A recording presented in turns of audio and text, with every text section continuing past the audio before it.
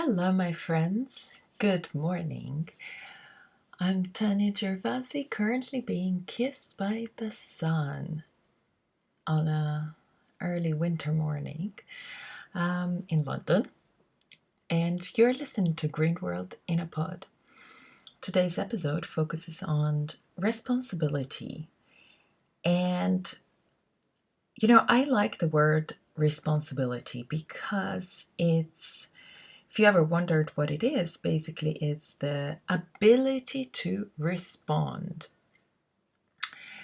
And we're going to discuss the responsibility of the artist and of the photographer. And also, the core question is who owns your image?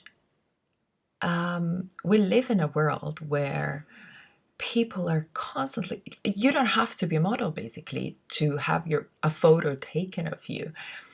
And when that happens, who owns the image? If you're the subject, is it you or is it the artist? And how does that work? Because imagine you're sitting in a cafe on a beautiful patio, let's say in Venice, the Piazza San Marco, and an artist or a photographer sees something and takes a photo, and you happen to be in the image. Can you claim that? Can you claim image rights? Or you're just the other? It's not even you. You are, as a subject, are being, it's like the artist elevates you from yourself to something else. And perhaps this is what it is, that when a photo is taken of you, it's not even you anymore, especially if the artist has an idea of it, of in mind, and you are just, let's say, a sort of muse to vehicle that idea. It's very complex, basically, but I'm glad I got to discuss about this with Lily Cummings, because she definitely took it to another level of depth that I haven't even thought about. And whatever you might have thought, or whatever maybe your position, I really hope that this conversation helps you to broaden your vision on this topic, whether you're a model, whether you're an artist, whether you're just somebody who takes photos in the street, or whether you're just a subject of, I don't know, friends' photos. This is an amazing conversation, and we definitely try to give some answers. So I really hope you enjoy this time in our company. Hello, Lily. Hi. Thank you for being on my podcast. So you're in Berlin now, I actually. am. I am. You're home. Okay. Yep. All settled in. Yeah. All what? Settled in. I'm so used to being everywhere Yeah, that that's why you. I'm like, I did not ask you, where are you at the moment? Yeah, I know. Well, but you spent 6 months, 6 months legit quarantine on an island in Greece. It wasn't 6 months, but it's funny. It was 4 months, and then I had to go back again. So about 5 months, yeah, in Greece. So I think I'm experiencing a whole new life just Yeah, simply like by being you must on be track. a different Yeah. person now. Yeah, we'll see what my therapist says. Well, but you're a photographer, and well, during quarantine was also a lot of social problems happening in America, especially, and Black Lives Matter and all that Yeah. movement. And so I was amazed how you offered help with your art. Yeah, I mean, part of the problem was that not only, I think many of us were in financial situations where we were like, I'm not making money for the foreseeable future. I mean, I was literally paying for two lives by being trapped on an island somewhere, which, I mean, obviously had its benefits. I was trapped on an island that didn't have COVID, right? So that was great.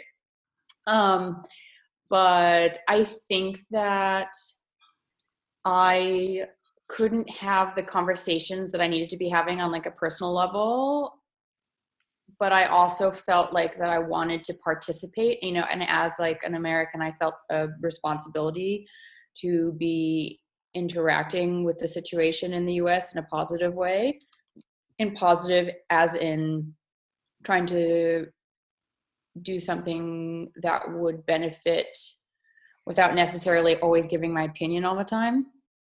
And I found that the only thing that I really had to offer being on an island that I had only prepared on being for 3 nights, I had been taking all these photos of just whatever I saw on my iPhone on the island, and I posted them to Instagram, and I was like, if people want to buy the images, I'm happy to just use this resource that I have. And it was actually positive for me too, because it showed me that in any situation you're in, you can always find a way to offer something. And so that was a way to also reinvigorate, I guess, my faith in what I was doing as a photographer. I mean, it's sometimes easy to forget once you're back into the business element of it, and you're like, oh wait, there's more to it than just the commercial aspects, for sure, for sure. What But is photography to you? Because you actually were a model before, which I keep forgetting. It's like yeah, me too. I always forget too. I just remembered before this interview because I was trying to think about pieces of your life, what I know, what I don't know, and then I'm like, oh yeah, she was a model. I'm like, whoa, because to I me, you know. have such a you have that I don't know how to say, like the depth of a real photographer. And I no, it's true. It's true. You know, you can tell when I have another I know another person who transitioned from being a model to being a photographer, but she doesn't have that like photographer character skill, really passion and love, or the eye or something. So that's why I'm saying I keep forgetting because for me, you are a photographer. That's it. I mean, I think that like the photographer, I mean, the modeling was actually just the bridge between I studied film and um, thought that I would be working in film, and then ended up being a model. And I think that it actually led me to where I wanted to direct my attention in photography, because I was around all these like really incredible and beautiful women who, also in the market that we're in, like plus size, which was the only word for it at the time. This is over 10 years ago. Um, I'm like, God, okay, memory lane here. But yeah, I really think there were so few people who were willing to shoot women over a size 8 as, I mean, we say editorial, but essentially just means like having a life outside of the commercial space, right? Like having an energy that transcended just selling clothes. They could have personalities. They could, extend their energy into a photograph in a way that I think people hadn't allowed them. And I would just happen to be in this space as a model. And so when you start photographing these women, I didn't see them differently than I saw myself, right? And of course, I saw myself as a complex person. Um, and so I think that it was also part of my way of explaining myself, was to help these women show who they were too. People And do you feel you photograph them, or um well, you have photographed me as well, but as a model or as No. one? No, I mean, I think I've always, and also like, I mean, this goes into our topic today, but I think like photography is inherently a little bit narcissistic, in the sense that like you are making a statement of that also involves ownership, right? Like, um, when, especially when it comes to the likeness of someone, right? That I'm taking a photo of you and I'm choosing this moment in time that will exist forever, but I'm the one who created it by taking a photo, right? You know? Okay. So you so the reason why I'm going to explain to whoever is listening to us, I contacted Lily is primarily to discuss the responsibility of a photographer and also ownership of images when there is no agreement, especially for the usage between model and photographer.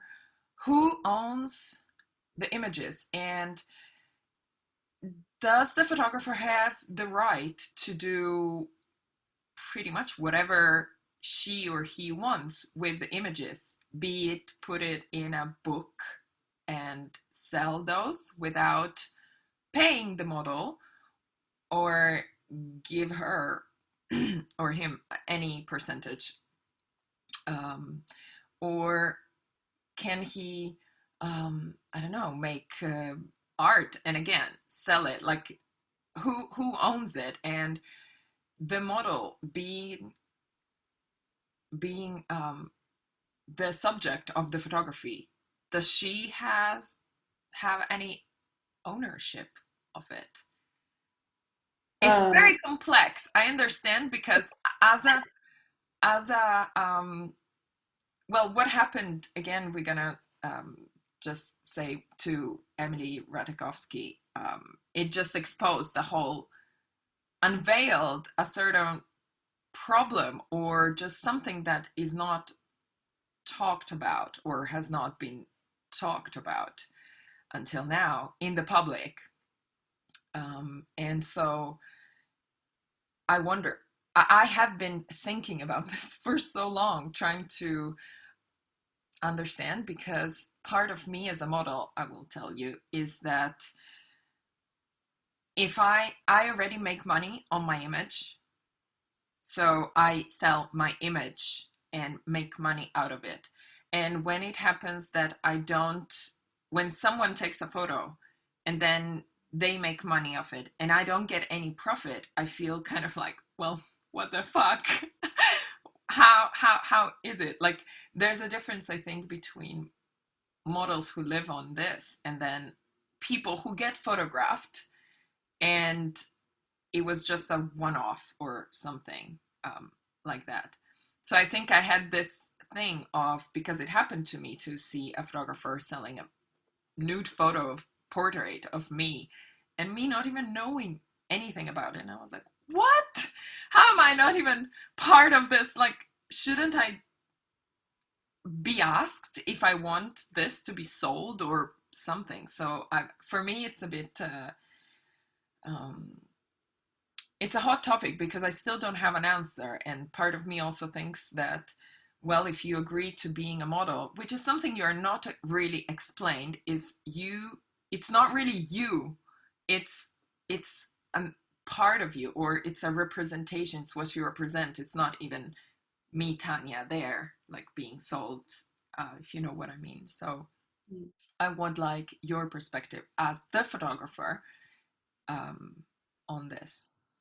I think it, I think the hard part for me is that it really does depend on the situation, because I see it both ways also, because I do feel very protective of the people I photograph, but at the same time, you know, the situation where, say I'm working on an art project and I would always get releases, but I, like, for Bodies on Paper, which was a nude project, that I shot quite quickly, but I also, wanted to be super respectful of everyone, is I photographed everyone and I said, when I choose the image for the project, I will send a release that you will need to sign with just that image and how it's going to be used, right? Because, you could sign a release when I did the shoot, but I could choose a photo that you absolutely hated, right? And because this project is also about trust and the interaction between the models that I used, who are also my friends, and myself, I didn't want to disrespect their needs or wants just so that I could create this project. But I also know that there are moments where I've taken outstanding photographs that I know the model wouldn't like, but that prevents, because of who I am, I couldn't use the photo because I know that the subject would hate it. But I also know that the photo is beautiful and special and unique. And just because the vanity of the person who's having their photo taken would be hurt, I don't use it. So I think that in a way that actually like makes me less of an artist sometimes, because I think that once you transform a moment into something unique, it goes beyond what I want or what they want. It just is. And it is something special. It is something that has been transformed, and the ownership over it, sometimes that's where it blurs. But it's just I'm just not the type of person, I don't think, who can negate the desires of the person that I'm photographing, because I hold that relationship to be a very sacred thing. And I value the trust that people put in me more than maybe the needs I have to create. Like, I've always said this, like, I'm a process photographer. I enjoy the intimacy of the relationship during the process of taking the photo. The photo to me is a byproduct, right? It's not the end goal, but it is this incredible thing that is essentially like it's just a reflection of the experience, right?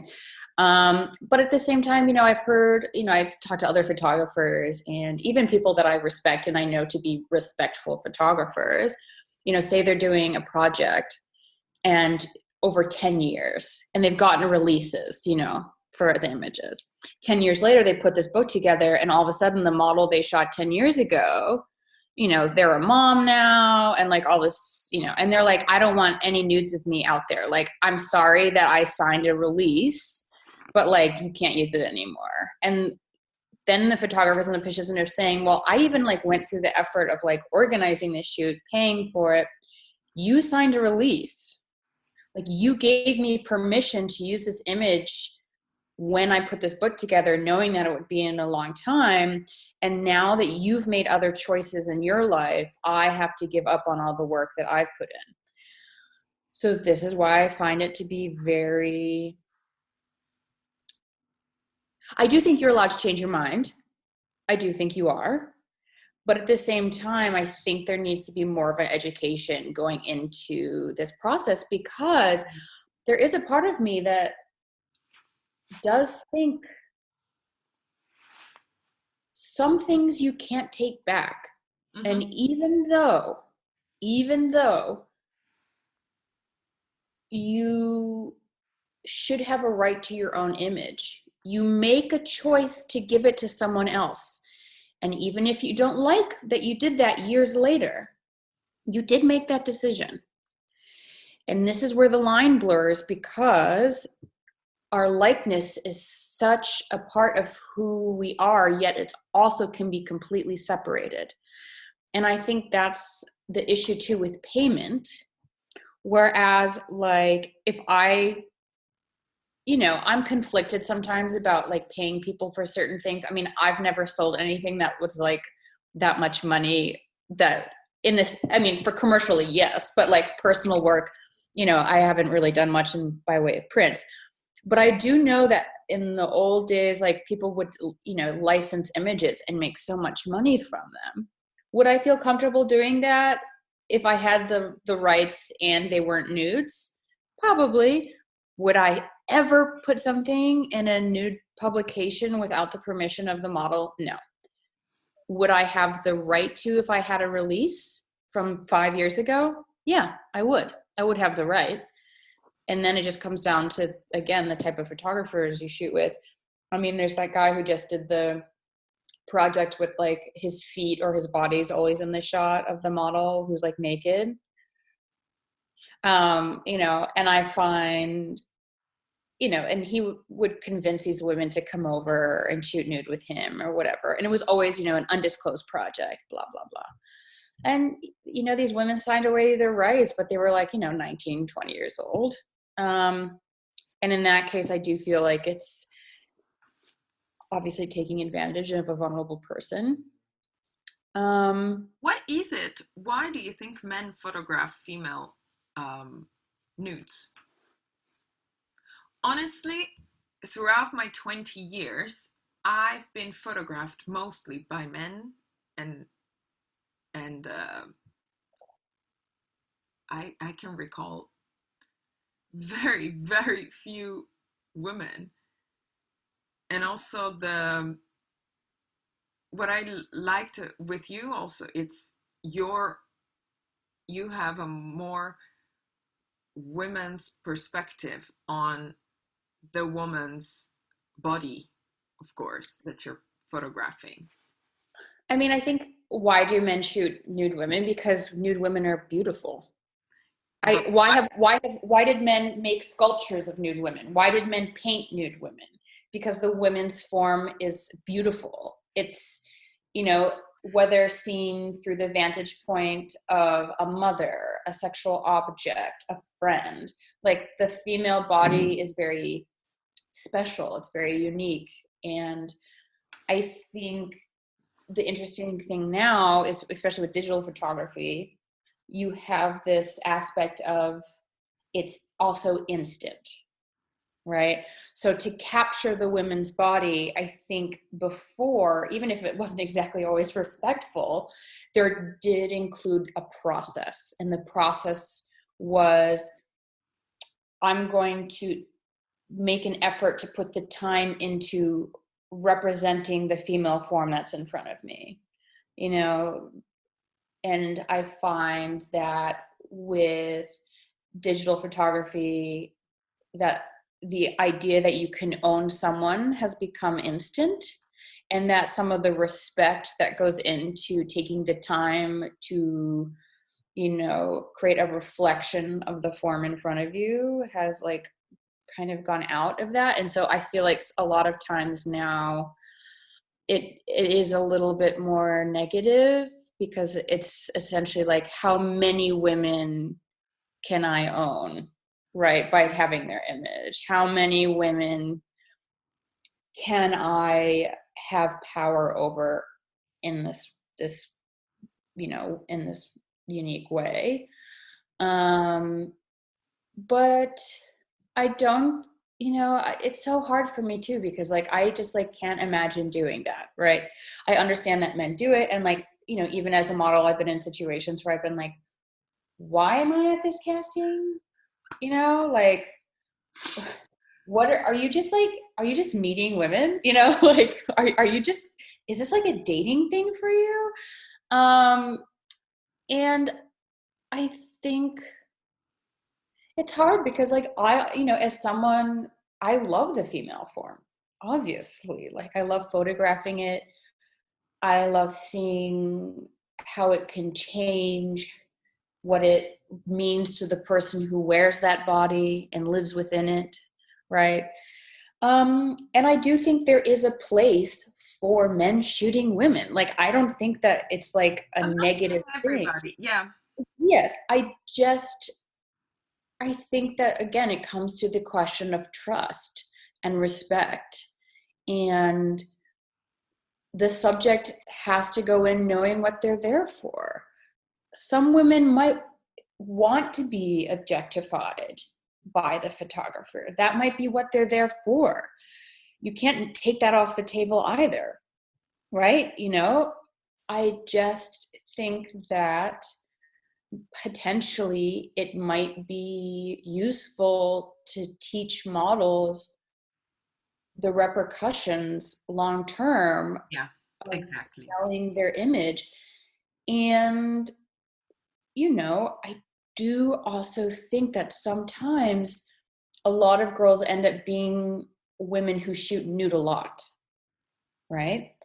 But then, who knows why they're doing that? It could be empowerment, it could be very positive, but it doesn't necessarily mean it is. Who am I to judge?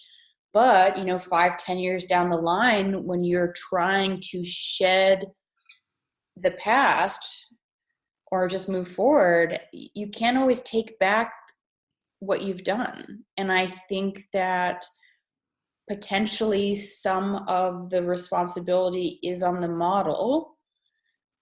I wish that weren't the case, but I also appreciate that, like, at the same time, I know myself well enough to know too that, like, say this first issues of Bodies on Paper, in 5 years, if one of the models is like, I don't want any nudes of me out there anymore, I'm going to be like, well, it's done. Right? Like, I hate to say that because I want them to be happy and I want them to be proud of it. And I definitely, they are. This is theoretical. But at this point, it's gone out into the world. Yeah. And I think that right in this day and age, we don't fully understand the repercussions of releasing our image onto the world. And I think we're all trying to find ways to reclaim ownership over who we are when social media, through our actions and the acts of other people, kind of takes our image and takes it out of our control. I mean, even when I was in Greece and I was shooting my body because I was the only one there, um, you know, I shot nudes of myself because that's the headspace that I was in, and I felt very happy with that. But it was interesting to me. I mean, thankfully, I don't really care very much because also I like the images. The amount of times that my ass has been reposted on other people's Instagrams without permission, and everyone sees a photo of a body and immediately puts their own message on it. Mm-hmm. And then they sell your body with their own message. Whereas when I put my body on my Instagram, I was connecting it to my message. And But I, isn't that what a model is? A model basically is up for, in a way, her job, not the person, but her job is basically a vehicle of messages that yeah, aren't even hers. And it took me only 20 years to realize, like, what it is. What did I sign up for? So, the thing is, like, when I posted my photos on my Instagram, I wasn't saying, now that I have released my image onto the world, you have ownership over it. And that's the thing, like, just by displaying yourself publicly doesn't mean that gives the right to everyone else to use that the way that they want to.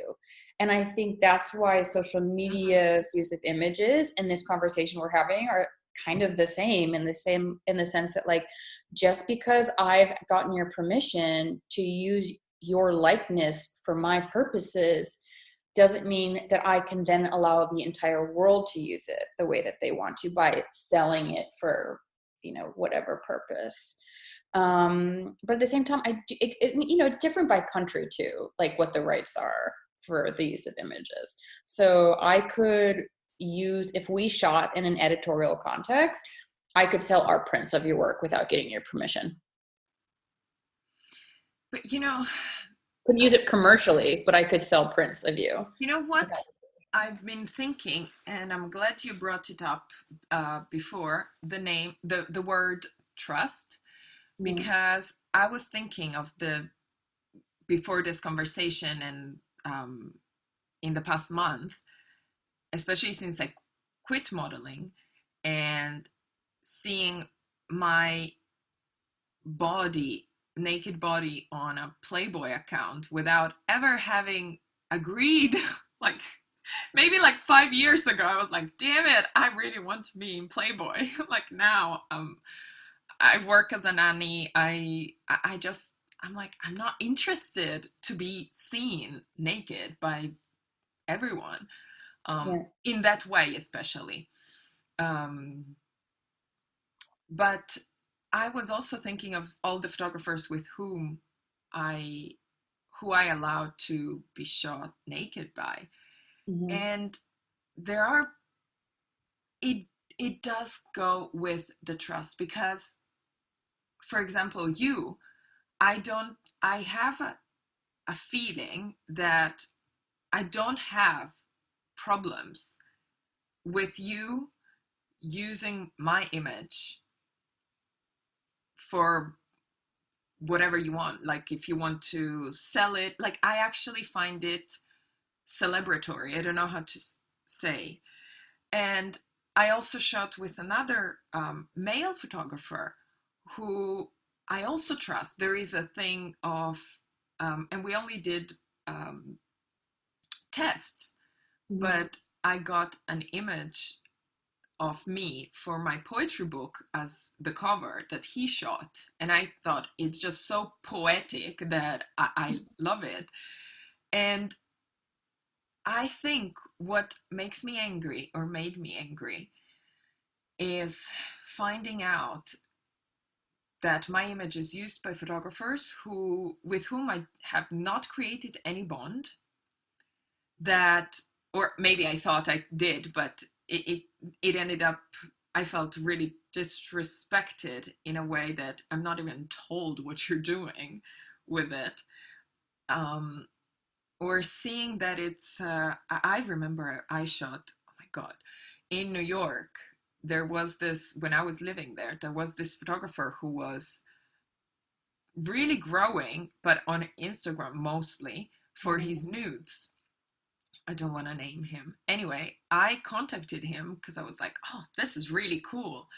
And I was in my early 20s, and I honestly, I had no idea. And I ended up going to his house, and I had never even seen his face. And when I end up there and he's young and all of that, I was just like, oh my God, what the hell did I sign up for?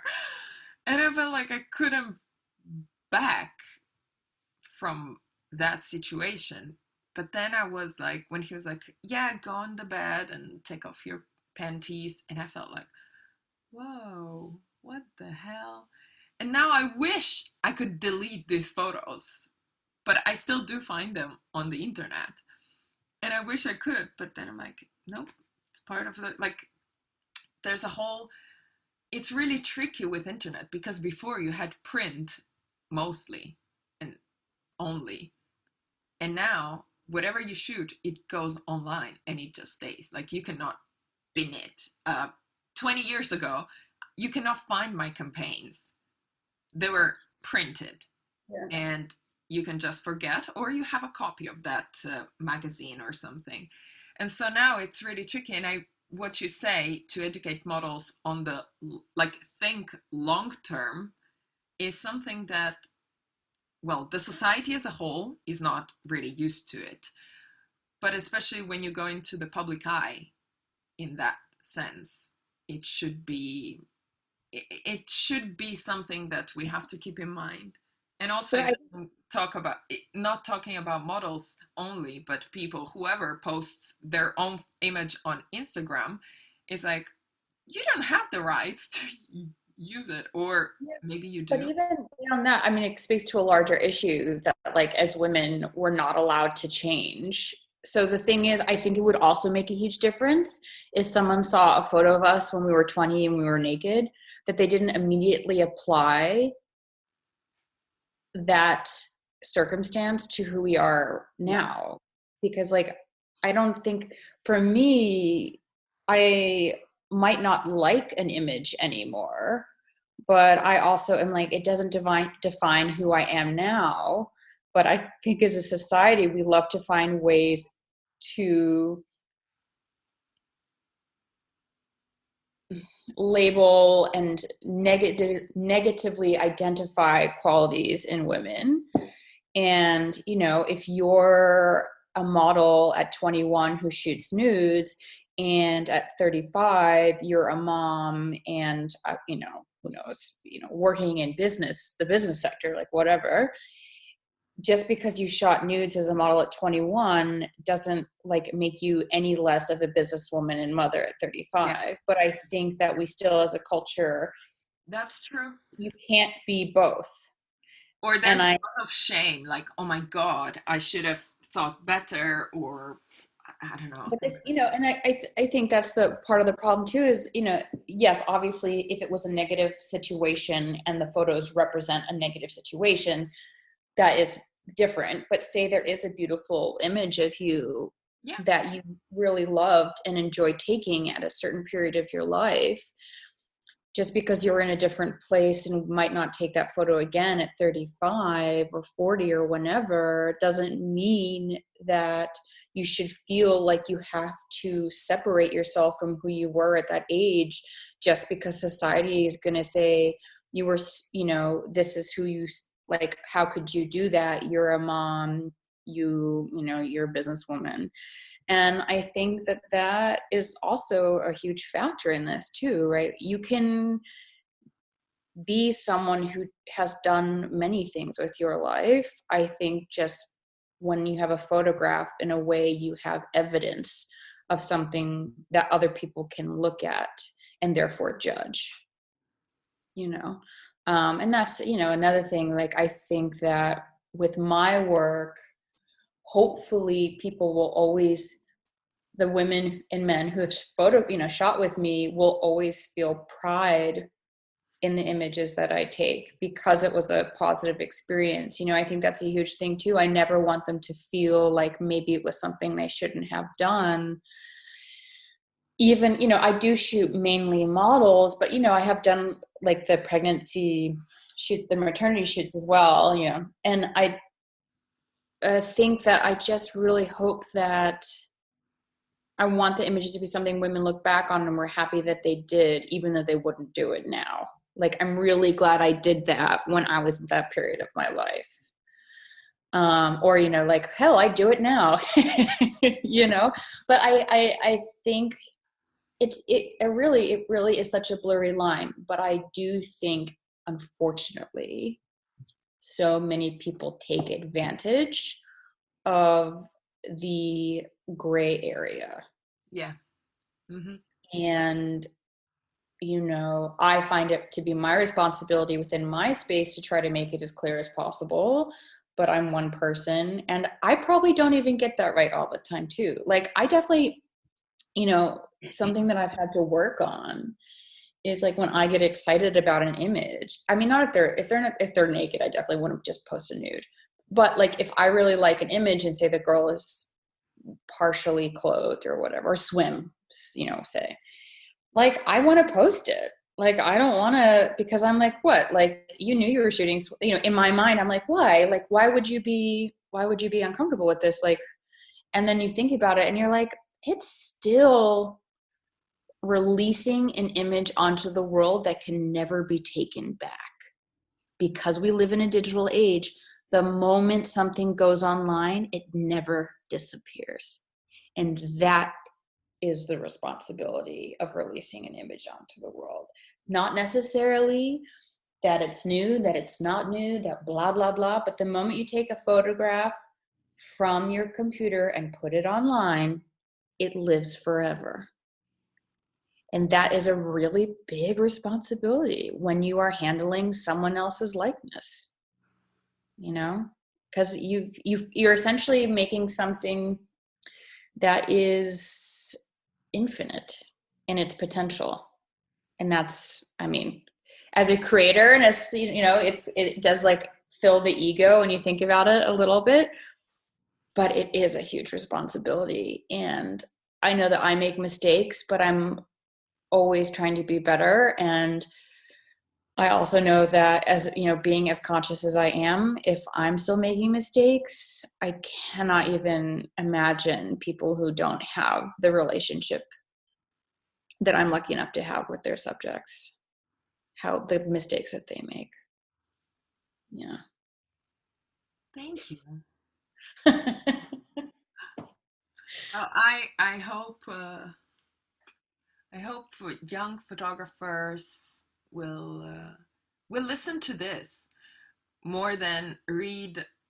I it's important to hear the model's perspective, but it's very subjective and very unilateral, let's say. So I agree with you. It's and again, it's we started with a question mark. We may be answered, and there's still a question mark. I think it'll be, I don't think it will ever not be a question mark. I don't think it will ever not be a question mark. I mean, because then we can extend this conversation into the fact that we're all recorded all the time. Yeah. And that none of us actually has a control over our own likeness anymore anyways. Right? You know, so that's, you know, it's literally Continued. like we just keep going, you know. So yeah, I know. So much. Yeah, of course. Thank you.